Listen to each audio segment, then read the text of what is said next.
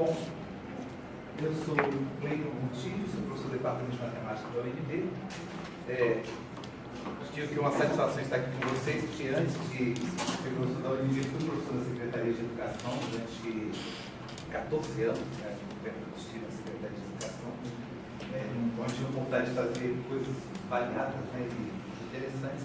E sempre estou em contato com a rede em atividades de pesquisa, ora eu diretamente trabalhando, ou os estudantes que trabalham comigo na universidade. Então, é essa proximidade sempre boa e oportuna de conversar, trocar informações, pensar em como a gente pode melhorar tanto no sentido do que a gente faz de pesquisa, como naquilo que seria do rendimento da aprendizagem dos alunos. E recebi um convite, então, para falar com vocês sobre essa temática de caminho cognitivo do aluno na resolução de questões de matemática. Vamos tentar conversar um pouco sobre isso. Vocês vão contar algo? Para a gente começar, eu cheguei um pouco atrasado para as pessoas estiverem, estive aqui hoje de manhã, aí para voltar em casa, retornar, não consegui chegar no início para acompanhar a atividade, mas ela já falou de algumas coisas que eu ia falar, então poder poupar em alguns assuntos e seguir a outros. Mas queria começar com algumas tirinhas, para a gente ver essas tirinhas e a gente pensar um pouco antes de entrar diretamente no nosso assunto. Né? Começando com a Mafalda.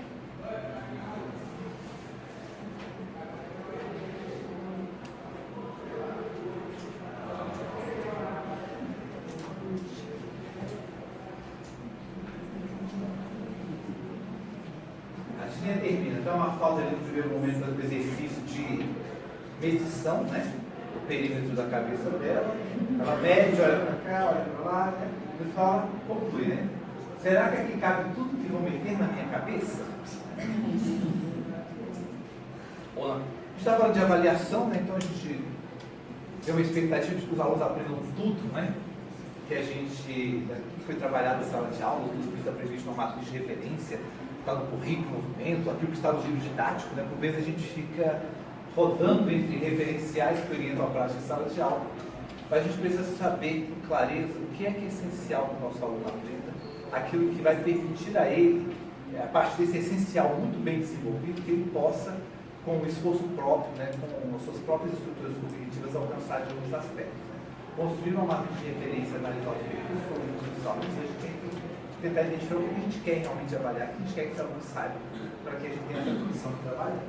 Senão, sempre vai ser essa incógnita do aluno. O que a gente tem, o que eu tenho que saber, o que eu tenho que aprender, o que eu tenho que dar conta. Né? É uma falta atrás, né, de uma maneira rindo, né? O autor, de uma maneira dando um pouco dessa reflexão. Aí, pensando sobre os conhecimentos, né? Uma tirinha do Calvin, vai conversando com ele, calma, sua mãe e eu vimos seu boletim e achamos que suas notas podem melhorar. E o Calvin responde, mas eu não gosto da escola. Ele vai. Mas por quê? Você gosta de ler e aprender que eu sei? Você já leu tudo que é lido sobre dinossauros e aprendeu muito, não é? Ele aprendendo é divertido? O Calvin, é. Então, por que você não gosta da escola? Porque lá a gente não lê sobre dinossauros. Pensar um pouquinho em uma matriz de referência, temos que pensar em como os conteúdos podem ter algum significado para os alunos. Desejar que os nossos alunos demonstrem interesse, vontade de aprender, quando eles estão no universo escolar, que está completamente descontextualizado do seu mundo, né? É algo um pouco mais complicado. Tem que se considerar que a escola não deve trabalhar apenas aquilo que faz parte do cotidiano do aluno, senão seria empobrecedor ir à escola para dar conta de ler apenas aquele mundinho que está ao nosso redor. O papel da escola é lidar com conhecimento científico, conhecimento sistematizado, e ele vai muito além no sentido de preparar o indivíduo para os diversos desafios do cotidiano e para o avanço da ciência, da tecnologia, que a escola tem que dar as bases para isso. Mas isso não for feito de maneira que o aluno possa se sentir tocado, né, de alguma maneira que ele possa despertar sua interesse na motivação, possivelmente o trabalho não vai ter sentido. E, por outro lado, a avaliação da mesma forma. Essa avaliação ela tem que trazer elementos que possibilitem o aluno interagir com o texto, com a prova, com os símbolos, com os problemas que são apresentados. Problemas que não motivam, né, dificilmente vão fazer com que esses alunos se mobilizem para dar respostas satisfatórias às questões que nós apresentamos para eles. Então, vou passar, mas essa daqui fala de avaliação. Calvin conversando com uma amiga, né? Qual foi a sua nota? Eu tirei A. É mesmo? Puxa, eu não queria estar no seu lugar. Eu tirei C. Por que razão você prefere tirar um C a tirar um A? E o Carlos responde: a minha vida fica mais fácil se eu não tiver a expectativa das pessoas e eu nível básico.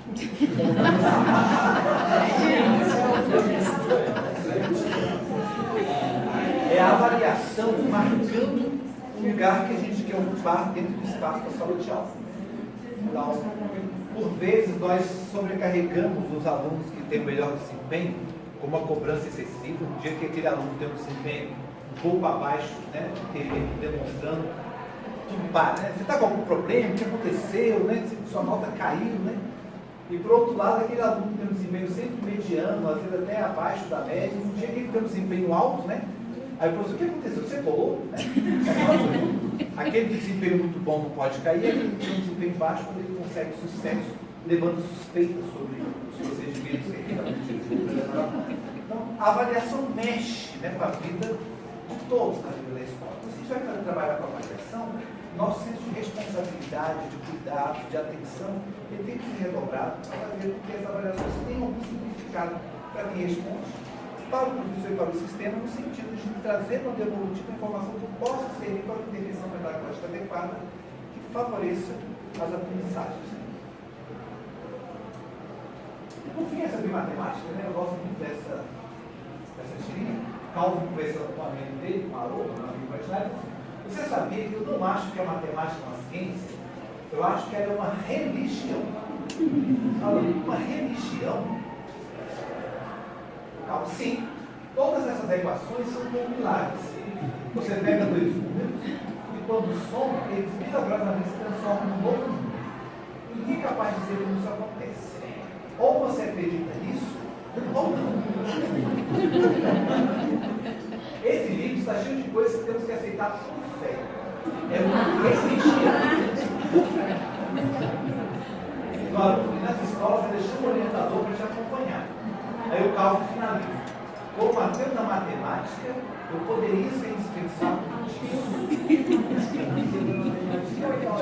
Olha, para chamar a atenção, a gente vai falar de avaliação. Fala de avaliação. Se ela não estiver bem conectado com o currículo, se ela estiver bem conectado com a vida do estudante, não resolve. Se os nossos estudantes não tiverem algum apreço, aí pela minha área, né, mas seja pelas linguagens diversas, para o português, que é a área de avaliação, a matemática, a área de ciências, se a gente não consegue, né, a partir daquilo que são os recursos da ciência, dos problemas que motivam a progressão dos estudos, né, a continuidade, aquilo que a gente pode evoluir ou mostrar para o aluno onde ele pode expandir em termos de aprendizagem, a gente não quer que os alunos se interessem pela escola, não adianta a gente investir em avaliação. A gente tem que fazer o que o aluno precisa aprender. Se quiser aprender, não adianta avaliar. Eu costumo falar com alguns colegas que dizem assim, que nas provas que elaboram, eles costumam colocar uma questão desafio, né? Uma questão problema que poucos alunos vão responder. Eu falo assim, se você de antemão sabe que poucos alunos vão responder, não coloque na prova. Na prova tem que ser colocado aquilo que os alunos são capazes de responder. A prova tem que ter uma avaliação de dificuldade, porque nós precisamos entender ou identificar os alunos que têm o melhor desempenho, os alunos de desempenho mediano, os alunos de desempenho superior, e pensar as estratégias para atender esses alunos. Mas quando eu já penso numa coisa que os alunos não vão dar conta de fazer, ou que poucos vão dar conta de fazer, isso não é objeto de avaliação, porque eu já sei que o resultado é ruim. Então, se eu não criar, não ajudar os alunos a se interessarem, a despertar interesse e motivação para aprender matemática, então não adianta a gente fazer esforços para avaliar a matemática. Porque o nível de motivação, ele resulta em qualidade de desempenho dos testes. Lógico, não é só motivação, não é só interesse. Né? Você deve ter ouvido hoje aspectos como fatores socioeconômicos, escolaridade de pais, seja um conjunto de fatores associados que explicam o desempenho dos estudantes. Quanto mais pobre, menor a escolaridade dos pais, o desempenho na escola, uma correlação produtiva, é pior. Né? A gente só vai ter alunos de excelente desempenho quando a gente tiver uma equidade social que permita a todos uma melhor condição de vida.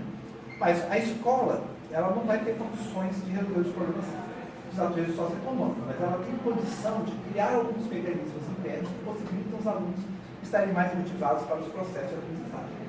Bom, falando sobre isso, eu ia falar um pouco mais do conhecimento de falta de dizer do objetivo da avaliação. Né? A gente está falando de avaliação externa, mas se a gente não falar da avaliação da sala de aula, as avaliações externas também não produzem resultados. Para a avaliação externa, o identificar de fato as aprendizagens, detectar essas aprendizagens melhoradas, nós temos que investir na avaliação da aprendizagem, da avaliação cotidiana da sala de aula. As avaliações, quando bem conduzidas e quando a gente dá para o aluno, né, um feedback adequado, nós ajudamos a desenvolver estratégias de autocontrole, de autorregulação e de metacognição.